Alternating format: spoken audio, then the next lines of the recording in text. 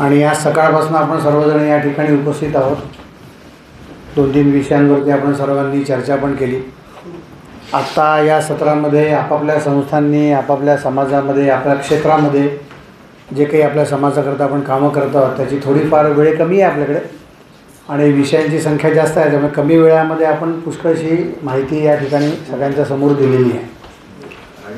मुळामध्ये आजच्या आपल्या या कार्यक्रमाचा मुख्य उद्देश हाच आहे की समाजाच्या दृष्टीने विविध समाजामध्ये, विविध क्षेत्रामध्ये, भौगोलिक क्षेत्रामध्ये, विविध गावांमध्ये ज्या सगळ्या संस्था काम करतात ते त्या ठिकाणी काम करतात. प्रत्येकाने आपला समाज तर पकडला आहे आणि समाजासोबत आपण आपले क्षेत्र पण पकडलं आहे. तेवढ्या क्षेत्रामध्ये आपण सगळेजण काम करतो.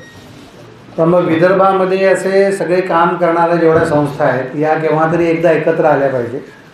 त्यांनी आपल्या अनुभवांचं आदानप्रदान करायला पाहिजे, अनुभव एकमेकांना सांगायला पाहिजे, शेअर करायला पाहिजे. त्यातनं नवीन नवीन कल्पना सगळ्या लोकांना कळतात. जे यशस्वी प्रयोग आहेत, ज्या यशोगाथा आहेत, त्या यशोगाथा पण सगळ्यांच्या समोर येण्याची गरज असते. म्हणजे मग एक समाज म्हणून आपण आपापल्या ठिकाणी जरी काम करत असलो तरी त्या कामाच्या माध्यमातून आपण आपला समाजाच्या एकूण भल्याकरता सर्व प्रकारच्या या अनुभवांच्या आधारावरती एकत्र येऊन अनुभव दिल्यानंतर, यशोगाथा सांगितल्यानंतर एक विश्वास पण निर्माण होतो. मी एकटं नाही आहे, मी एकटी संस्था नाही आहे. विदर्भात असं काम करणारे भरपूर आहे. एक विश्वास वाढतो, आत्मविश्वास वाढतो, यशोगाथा कळतात आणि मग त्या सगळ्या आम्ही आमच्या क्षेत्रामध्ये प्रयत्न करतो जेणेकरून आपला समाज हा त्या दिशेने विकासाच्या माध्यमातून पुढे पुढे जाण्याकरता अग्रेसर होताना दिसतो. सकाळच्या 2 सत्रांमध्ये मी काही नव्हतो. आत्ता या सत्रामध्ये जे काही अनुभव आले आणि एकूण आपलं पारधी परिषदचं जे काही इतक्या वर्षापासूनचं काम आहे या सगळ्या कामांची माहिती आणि याच्याशी जुळलं असल्याची कल्पना आहे. 2-3 गोष्टी फक्त छोटे समारोप आपले साहेब करणार असल्यामुळे या सत्राचा फक्त जो काही एक अनुभव कथनाचा समारोप आहे तेवढाच फक्त आपल्याला या ठिकाणी करायचा आहे. शासनाच्या मदतीने आपण पुढे जाऊ शकतो. शासनाच्या भरोशावर आपण पुढे जाऊ शकत नाही. आणि ज्या संघटनेशी मी काम करतो आहे, राष्ट्रीय स्वयंसेवक संघ, हे मागच्या 100 वर्षापासून हे संघटन काम करत आहे. हे शासनाच्या भरोशावर नाही आहे, समाजाच्या भरोशावर आहे. आणि म्हणून आपण ज्या सगळ्या संस्था काम करतो याला शासनाच्या जी मदत हे आपण जरूर घेऊ शकतो. पण शासन सर्व करेल आणि शासनाच्या भरोशावर सर्व होईल असं जर आपण सांगून फक्त शासनासह संबंधित काही करायला लागलो तर शासनाचा एक स्वभाव आहे, त्या स्वभावानुरूप ते शासन काम करतं. आणि आपण ज्या देशामध्ये राहतो त्या देशामध्ये लोकशाही आहे. त्याच्यामुळे त्या लोकशाहीमध्ये मतांचा गठ्ठा जेवढा मोठा तेवढा शासनाच्या योजना त्यांच्याकरता. आपण या दृष्टीने जर विचार केला तर शासनाच्या भरोशावरती तेवढी जागरूकता आपल्या समाजामध्ये आणणं, तेवढं एक गठ्ठा आपण तयार होणं, तेवढं समाज म्हणून पूर्ण क्षेत्रामध्ये आपण संघटित होणं याची पहिली आवश्यकता आहे.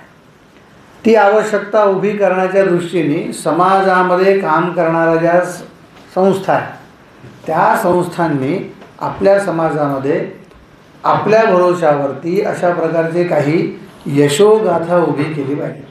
जसं आता आपल्याला शांजींनी सांगितलं 50 कोटीचं काम केलं आहे. सरपंच आहे, 4-4 टर्मपासून मी सरपंच झालेलो आहे. तर सरपंच झाले ठीक आहे, सर्व गावातल्या लोकांची भेटीने चांगला, ज्या गावामध्ये सर्व समाज राहतात त्यांनी निवडून दिलं उत्तम आहे. पण हे करत असताना शेवटी आज ज्या स्तरावर मी पोहोचलो त्या स्तरावरती पोहोचल्यामुळे माझ्या समाजाला त्या ठिकाणी जे काही माझं पंचक्रोशीत काम आहे त्या ठिकाणी माझ्या समाजाला योग्य सर्व प्रकारचा वाव मिळतो आहे की नाही. त्याच्यामध्ये जसं मी झालो तसं आणखीन माझ्यामुळे 50 जण होतच आहेत की नाही. मग त्याच्याकरता काम करणारं असं काही संघटन आहे की नाही याचासुद्धा विचार करण्याची गरज आहे. आम्ही उपोषण केलं, 4-5 दिवस उपोषणाकरता केलं, आंदोलन केलं, रस्ता झालेलं नाही, गावामध्ये काही अजूनपर्यंत आम्हाला पट्टे मिळालेले नाही. हताश होण्याचं कारण नाही. लक्षात येतं पाहिजे की अजून आपल्या समाजाची शक्ती तेवढी मोठी दिसली नाही आणि म्हणून मग ती शक्ती त्या ठिकाणी उभी करण्याची गरज आहे. आणि याकरता सर्व लोक एकत्रित येऊन तशा प्रकारचा विचार करण्याची गरज आहे. आणि म्हणून सामाजिक संघटन म्हणून आपण सर्वजण एकत्र आलो पाहिजे. प्रायोरिटीनी समाजाचं काम करता करता संस्था मोठी होते. संस्था मोठी झाली तर संस्था चालवणारे व्यक्ती मोठे होतात. पण ते होत असताना सुद्धा आपल्या मनामध्ये हा भाव पक्का पाहिजे, मला मोठं व्हायचं नाही आहे, समाजाला मोठं करायचं आहे. आणि म्हणून त्याच्याकरता ही संस्था आहे, त्याच्याकरता मी दायित्व घेतलं आहे. ते बबनरावांनी सांगितलं, मला काही संस्था चालू करायची नव्हती, पण आता सुरू केली आहे. कशाकरता चालू केली आहे? कारण काय आहे? तर समाज तसा प्रकारचा मोठा करायचा आहे. मग आता ते लक्ष न विसरता जे काही थोडंफार यश मिळेल, थोडंफार अपयश मिळेल, ते सर्व घेऊन आपण पुढे चालत राहिलो पाहिजे. आपलं सर्वांचं भाग्य आहे की राष्ट्रीय स्वयंसेवक संघासारखं एवढं मोठं अखिल भारतीय संघटन आपल्या सोबत पूर्ण वेळ आहे. आणि काल परवापासून नाही आहे, बऱ्याच वर्षापासून आहे. म्हणजे प्रदीपजी तर मला वाटते मागच्या 30-35 वर्षापासून यवतमाळच्या पट्ट्यामध्ये पारधी विकास परिषद या नावाने काम करतात. आता आपण विदर्भामध्ये सर्वजण मिळून काम करतो. पुष्कळशी कामं आपल्या एकत्रित येण्याने समाजाच्या क्षेत्रामध्ये पण बदलली आहे. शासन स्तरावरती पण धोरणात्मक बदल झाला आहे, बघण्याचा दृष्टिकोन पण बदलला आहे. म्हणजे पोलिसांचा त्रास आहे ही गोष्ट खरी आहे, पण आजपासून 20 वर्षापूर्वी जेवढा त्रास होता तो थोडा त्रास आज नाही आहे. बदल होतो आहे, बदल करणारे आपणच आहोत. हा बदल याला अजून गती देण्याची गरज आहे, याला आणखीन स्पीड करण्याची गरज आहे, स्पीडअप करण्याची गरज आहे. आणि म्हणून नवीन पिढी ही लौकिक शिक्षण तिने घेतलं पाहिजे. म्हणून आतला कुठलाही मुलगा हा शाळेमध्ये जात नाही असं आपल्या समाजात राहता कामा नये. आपण छात्रावास चालवतो, छात्रावासात तो राहील. 1 पिढी 2 पिढीच्या आईवडिलांनी हे सहन केलं पाहिजे की माझा मुलगा हा माझ्यासोबत राहणार नाही, तो छात्रावासात राहील, तो वेगळा राहील. पण असे 2 पिढ्या 3 पिढ्यांची मुलं छात्रावासामध्ये आपण ठेवली तर ही मुलं पुढे आपल्या समाजामध्ये चांगल्या प्रकारचं काम करतात. आपल्या देशामध्ये समाजामध्ये जो परिवर्तन झालं त्याला मूळ कारण आहे की प्रत्येक पिढीने असं कंटिन्युअस आपल्या समाजामध्ये परिवर्तनाकरता प्रयत्न केले आहे. परिवर्तन हे 2-3 पिढ्यांच्या नंतर येतं. 2 पिढ्यांपूर्वी काहीतरी परिवर्तन केलं तेव्हा आज आपण आता या स्टेजला आलो. आज आपण या स्टेजवर जेवढे प्रयत्न करू आपल्या पुढची पिढी त्याच्यापेक्षा पुढच्या परिवर्तनामध्ये जाईल. आणि पुन्हा एकदा आपण सर्वजण त्या दृष्टीने एकत्रित एक समाजाचे अंग म्हणून हे आपण राहू शकतो.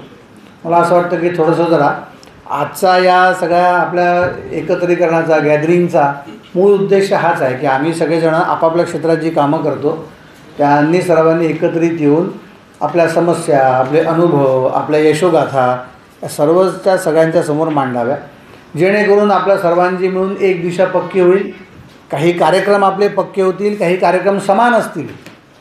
असे समान कार्यक्रम आपण निश्चित करून हे सर्व ठिकाणी आपण एकत्रितपणे हे राबवले तर मग समाजामध्ये एकसारखं परिवर्तन सगळीकडे होताना दिसेल. तेव्हा मग समाज आमचा पुढे चालला आहे असं लक्षात येईल. काही ठिकाणी परिवर्तन झालं आणि काही ठिकाणी मागे राहिले तर मग आरोप असाच होईल की तुम्ही तुमचा फायदा करून घेतला, संस्था आम्ही सुरू केली, संस्थेत तुम्ही तुमचे फायदे करून घेतले, समाज मागे राहिला, संस्था मागे राहिली. तसं होणार नाही याची काळजी आपण सर्वजणांनी घेतली पाहिजे. एवढी एक विनंती मी फक्त आपल्या सगळ्यांना या ठिकाणी करतो. आपण सर्वजण इतक्या दुरून आले आहात. मी नागपूरला राहतो म्हणून आपल्या सर्वांचं नागपूरचा नागरिक म्हणून या ठिकाणी स्वागत करतो, हार्दिक अभिनंदन करतो. धन्यवाद.